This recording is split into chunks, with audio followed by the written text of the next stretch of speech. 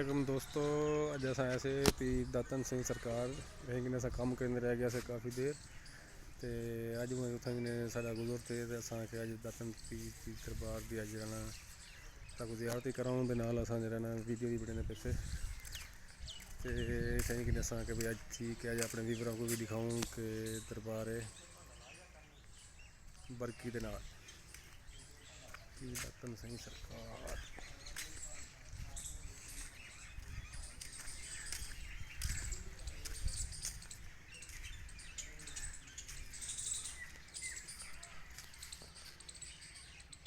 माशाल्लाह ज़बरदस्त दरबार है।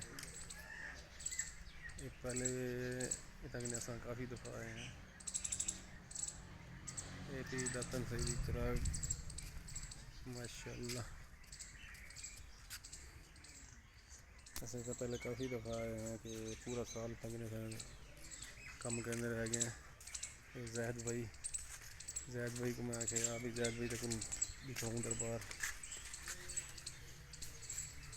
माशाल्लाह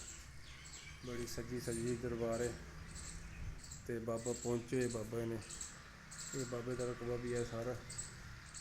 तक बाहर का विजिट करवाने वाल तक अंदर गए माशाल्लाह क्योंकि अस तक काफ़ी देर ही तक बाबे उन्होंने सरकार की हाज़री दी है लंगर ही करने हाज़री देंगे ये मस्जिद है कि ये जगह ना माशाल्लाह बाबा दातन शाह सरकार ये इन्होंने बाहर का हिस्सा अज साढ़ा गुजर थे असा कि अज जो बाबे दरबार का जरा लाजमी हाज़री दूँ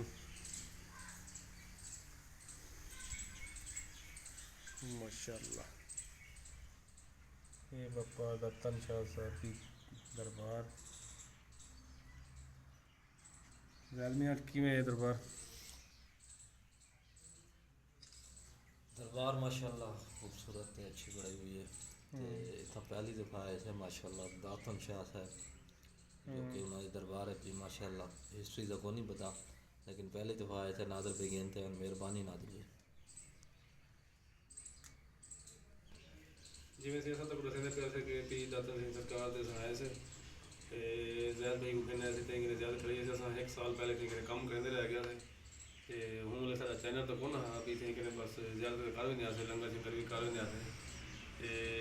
जिमें असा तक अच्छे अच्छे वीडियो बना के पीर ने लिखे थे माशाल्लाह कि सारे चैनल को सबसक्राइब किया करो लाजमी यार सारा चैनल का ना नादर पास कर भी लो लाइक किया करो शेयर किया करो सबसक्राइब किया करो अगली वीडियो तक अल्लाह।